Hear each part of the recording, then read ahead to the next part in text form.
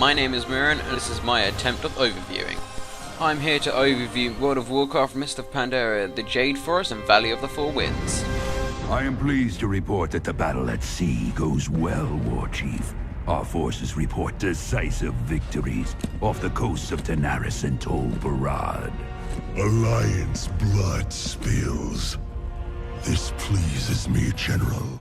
In the opening cinematic for Mists of Pandaria on the Horde side, you see Grosh and a general talking about the battle against the Alliance. Until it ran aground. Aground? Where? Apparently The general goes on to tell Grosh that they have found a new continent, Pandaria. And you let the Alliance get there first! Garrosh demands that Pandaria will be property of the Horde. Will pave a way, storm the shore, and paint this new continent red! First off, halfway through the Jade Forest, I faction changed to Horde, so I had to redo everything I did. But that was fine. What wasn't fine was that I was exalted with the Forest Hosen. This is because I got exalted with the Jinyu while on Alliance. But that wasn't a problem. All it took was a message to a GM to get that sorted.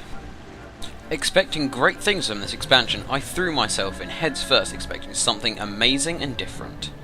When I got to Pandaria, the fight between the Horde and Alliance captivated me and I got submerged into battle.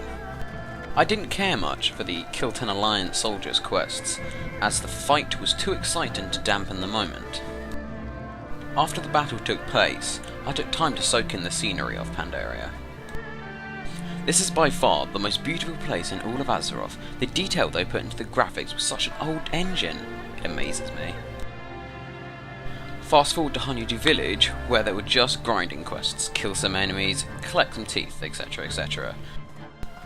This persisted until I got to a place called Gruken Hill and the certain quest line.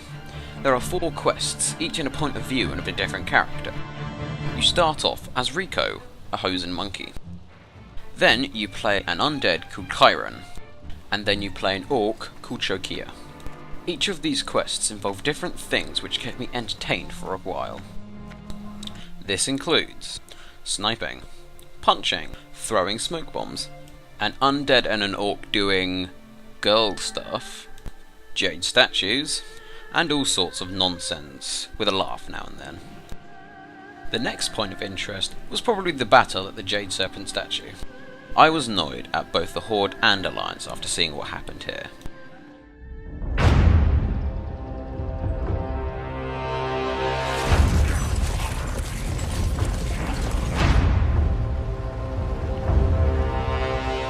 The battle was pretty much Hosen versus Jinyu, Horde and Alliance, at the Jade statue.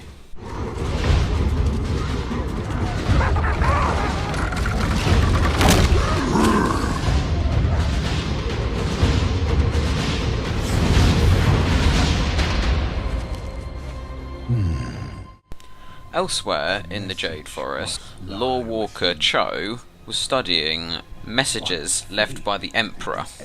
foresee.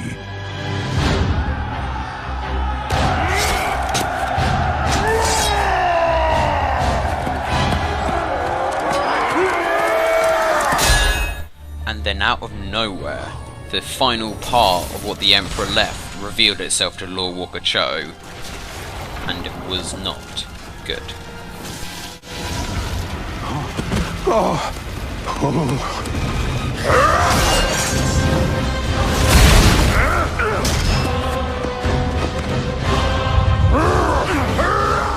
Spoiler alert, they destroy the statue.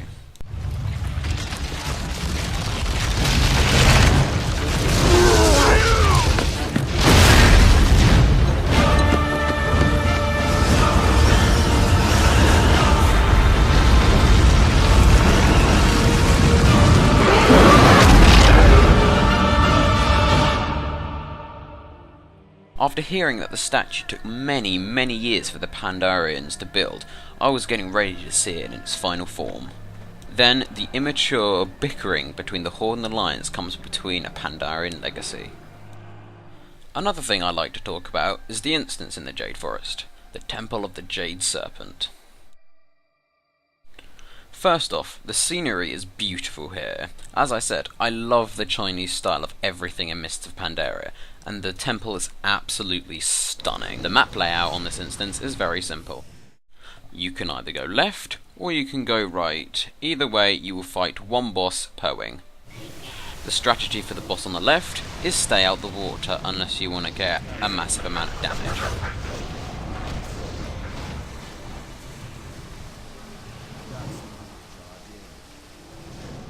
For the next boss battle, there are two separate enemies. One is invincible, and one is weak. Simply attack the weak one when the other one's invincible. After you defeat this boss, you go on to the next boss. On the way there are random shard trash, which aren't amazingly difficult. With the third boss, there are no strategies except from nuke. One thing to keep in mind, the boss does an AoE effect move every so often. If your graphics are set low, there's a chance you won't be able to see where the AoE damage is. So for this boss, high graphics work well. Last boss. The strategies are, when your shadow self appears, you must kill that before DPSing tanking again. Other than that, it's just nuke. Watch out for a debuff the boss puts on. If you can dispel, use it as much as possible. So that wraps up Temple of the Jade Serpent instance. I wanted to stay in the Jade Forest until I got the achievement to complete all the storylines there, being the achievement whore I am. When I did that, I went straight to the Valley of the Four Winds. This is when stuff started to slow down. While playing WoW, I had an entire free week to just play it non-stop, as I was on half-term at college. Even when quests got grindy, I still powered through them because I had nothing better to do. All I wanted to do was get to endgame ASAP. By the time I got back to college, I was halfway through Valley of the Four Winds. At the start of the week, I was at Grizzly Hills in Northrend. When quests became, "You have to help me plant seeds," or "Fight the weeds," I got fed up. I hit a wall. I just wanted to get it over and done with, but it was so boring. I'm currently at level 87 Troll Warlock. Right now, the quests are literally back in the WoW way of questing. Kill 20 of these, collect 6 wasp stingers, but it's only a 1 in 3 drop rate, even though all wasps have stingers. It's generally not enjoyable. I don't have the time I had when I was going through Cataclysm or Wrath of the Lich King. I have college to go to, I have college work to do, I have all of this, and I just don't have the time to grind these quests that take ages and ages. It's a horrible time. It's such a shame because I was hoping so much more from the questing. Questing in Cataclysm was pretty bad, so I thought, hey, maybe they'll learn. I was wrong. When I am 90 or nearer to 90, I might make another overview of how that went instead. My name has been Meeraan, and thank you for watching this video.